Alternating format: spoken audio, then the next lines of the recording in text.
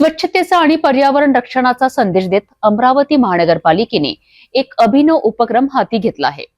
पाचही झोन कार्यालयांतर्गत मूर्ती संकलन मोहीम यशस्वीरित्या राबवून नागरिकांनी पर्यावरणपूरक योगदान दिले आहे। या मोहिमेचे सर्वदूर कौतुक होत आहे। चला पाहूया या उपक्रमाची सविस्तर माहिती।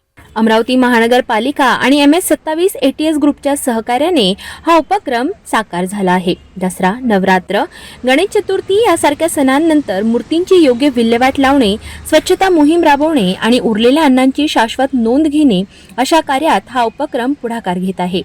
सहाय्यक आयुक्त दीपिका गायकवाड आणि भूषण पुसतकर यांनी या मोहिमेचे कौतुक करतानाच मनपाच्या सहकार्याबद्दल आभार मानले। या मोहिमेने अमरावतीकरांना एक नवा पर्यावरणपूरक संदेश दिला आहे।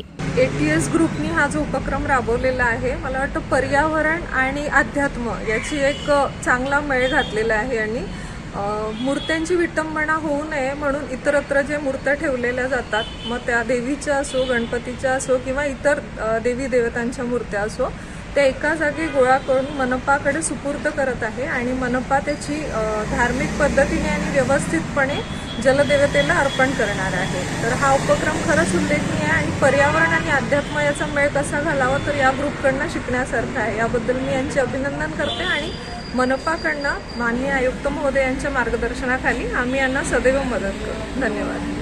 हा उपक्रम केवळ अमरावतीसाठीच नव्हे तर संपूर्ण महाराष्ट्रासाठी एक दिशादर्शक ठरत आहे। नागरिकांचा सहभाग आणि प्रशासनाचे सहकार्य या दोन्हीच्या संयुक्त प्रयत्नाने हा उपक्रम यशस्वी ठरत आहे। अशा उपक्रमांनी पर्यावरणपूरक भविष्यासाठी एक महत्त्वाचा टप्पा गाठला जाईल।